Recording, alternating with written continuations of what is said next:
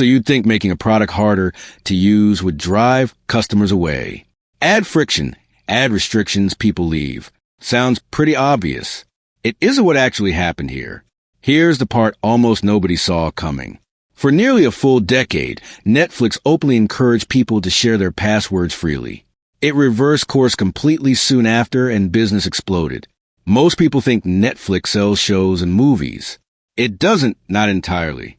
What it actually sells is a login, and for years it was giving that login away for free to millions of households.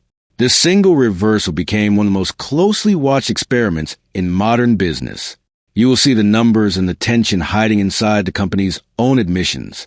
You will also see the strange decision that followed right after the results finally came in.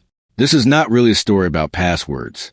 It is a story about a company that broke its own rule book and then hit the scoreboard right after winning. Stay with me, because the ending here is stranger than the crackdown itself. A decade of encouraging the exact opposite. Back in 2016, Netflix publicly embraced password sharing as a feature, not a problem. The company's own social media once framed sharing an account as an act of love. For years, that casual, unenforced sharing became part of the culture around the service. College roommates, extended family, and even casual acquaintances all leaned on the same shared login without much concern. Estimates eventually suggested well over 100 million households worldwide were watching without paying a cent. Then, starting in 2022, the company's growth stalled for the first time in its history. Executives needed a new lever, and they chose the one they had spent a decade avoiding, beginning in select international markets. Then expanding globally by May 2023, Netflix started charging for shared accounts outside a primary household. Households sharing a login now had two choices: add an extra paying member for a monthly fee, or upgrade to a plan that allowed sharing across addresses. The same behavior the company had once openly celebrated was now something it actively worked to shut down. The numbers that silenced the skeptics. Here's the part that sounds backwards until you think it through. Before the crackdown, Netflix added under 2 million subscribers in a typical early quarter. 1 year after enforcement began, that number jumped past 9 million in a single quarter. By early 2024, the company had added roughly 50 million subscribers since the policy started worldwide. Revenue in that same quarter reached $9.4 billion, up sharply from a year before. Net income nearly doubled, and operating margin climbed to around 28%. In the United States and Canada alone, paid subscribers climbed from roughly 74 million to nearly 83 million within a single year. Average revenue per subscriber rose too, adding more than a full dollar per account in that same window. Here is the detail that made analysts pay the closest attention of all. Converting a freeloading household into a paying one cost almost nothing compared to normal advertising spend. Traditional subscriber acquisition through advertising can run $50 to $100 a head. Netflix simply had to flip a switch on detection technology it already owned and paid for years ago. The infrastructure costs had already been absorbed years before the crackdown ever officially began. A cheaper, lower-priced ad-supported tier absorbed much of the overflow too. That tier alone accounted for roughly 40% of new signups in the markets where it existed. It quietly became a second engine of growth. What the company admitted behind the confidence. Here's the trap hiding underneath this entire success story. On an investor call, one of Netflix's own co-CEOs said something unusually candid. He acknowledged plainly that cutting off non-paying viewers would reduce total viewing hours across the entire platform. Engagement, in other words, was expected to fall even as subscriber counts kept climbing. He said the company would likely see that impact show up clearly in its next public engagement report. Despite that admission, the public message from the company stayed upbeat regardless. Executives pointed instead to healthy engagement by other measures and steady growth in overall television viewing share. Both things were true at once.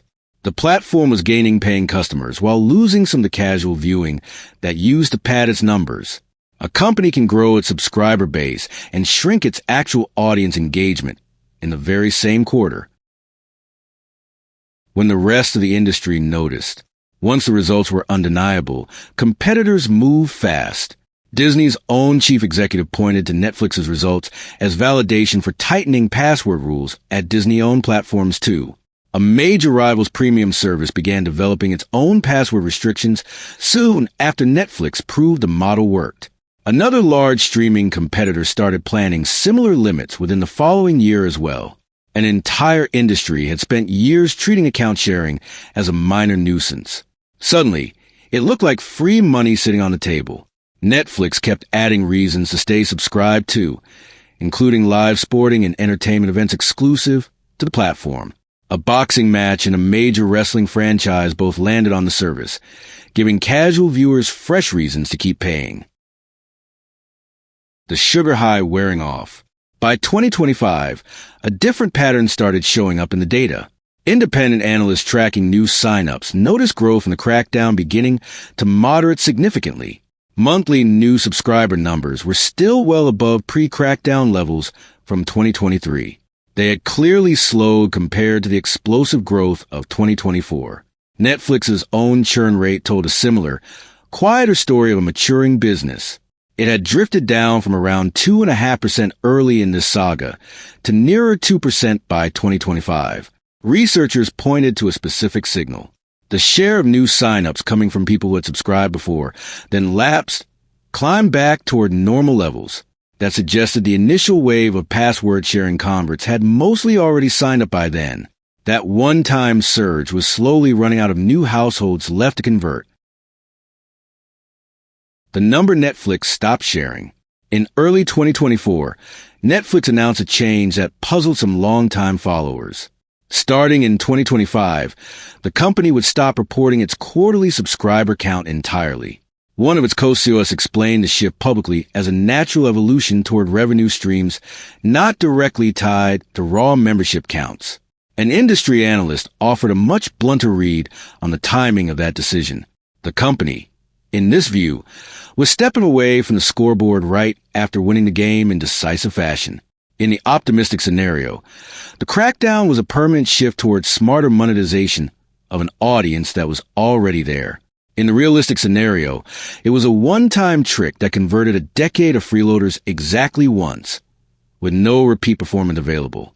Streaming's overall share of American television viewing kept climbing through all of this, well past a third of total daily watch time. Netflix spent 10 years telling people that sharing was caring. It spent the following year reversing that advice, then quietly deciding the world no longer needed to see the receipts.